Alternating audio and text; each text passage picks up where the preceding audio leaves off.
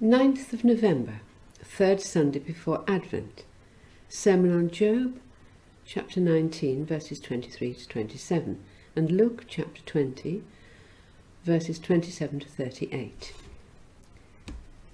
In this sermon we shall be considering Job's famous words, "I know that my Redeemer lives." That statement, spoken with such confidence, is almost unique in the Old Testament.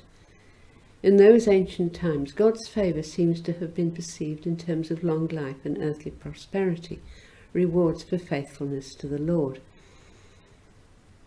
King David, when he praised God as he was about to hand the throne of Israel to his son Solomon, said, "Wealth and honour come from you, O Lord." Solomon certainly gained fabulous wealth during his lifetime and was honoured with the splendour of his kingdom. In contrast, in the Old Testament, there's very little mention of any life in heaven as a reward for God's faithful servants, nor is suffering seen as a hallmark of a faithful worshipper. A frequently repeated teaching of Jesus, however. We need to consider what caused Job to have such certainty of life beyond this present existence, and his patience. What gave him the courage to speak in that way? Most people will know the saying, "the patience of Job," which refers to his endurance of suffering without complaint. And his patience was most definitely tested. In a single day, he lost his entire wealth, 7,000 sheep, 3,000 camels, 500 yoke of oxen and 500 donkeys. He also lost most of his servants.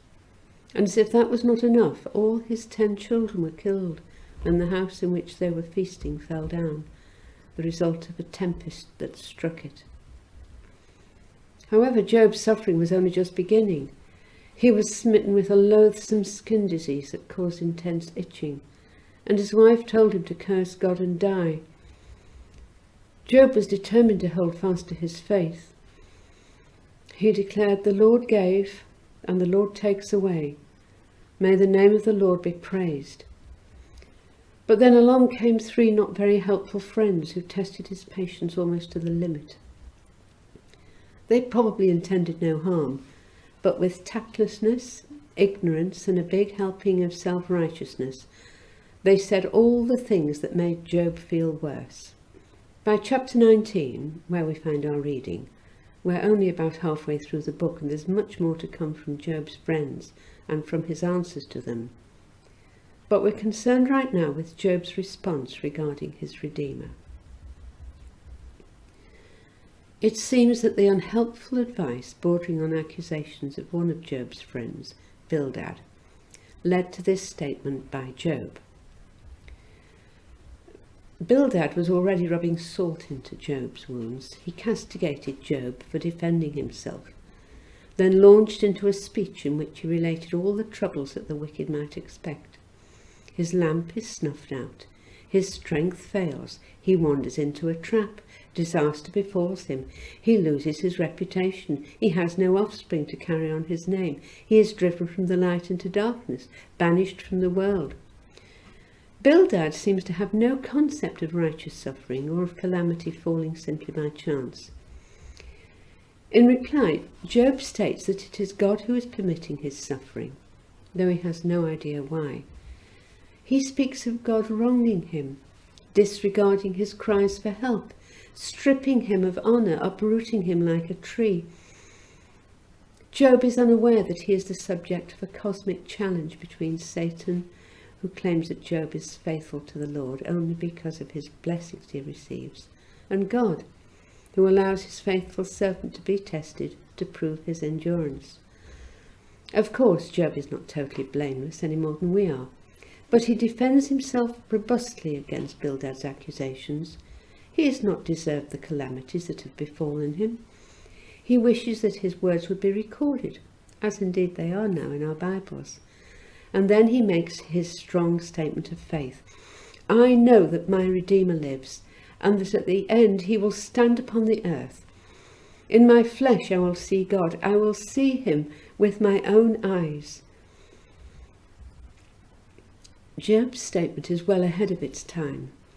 Other brief Old Testament references to any afterlife indicate a shadowy, vague existence. Job speaks of a bodily, earthly resurrection and of being face to face with the Lord. Do you believe that? I'm not suggesting that the Bible gives us a detailed account of what eternal life will be like.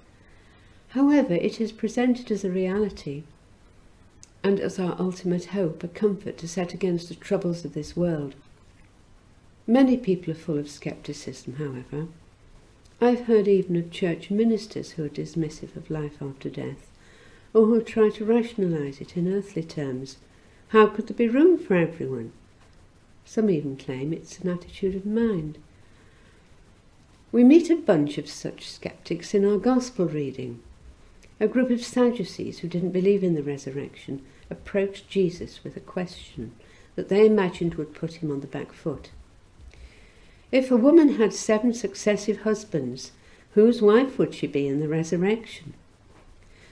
Jesus quickly dismissed this frivolous question, but honed in on the more important point, the resurrection itself. He referred to the story of Moses and the burning bush, in which God introduced himself to the startled Moses as the God of Abraham, of Isaac, and of Jacob. If God is not the God of the dead, they must be alive to him. They must have experienced resurrection. There is much apparent contradiction in the Bible where resurrection is concerned.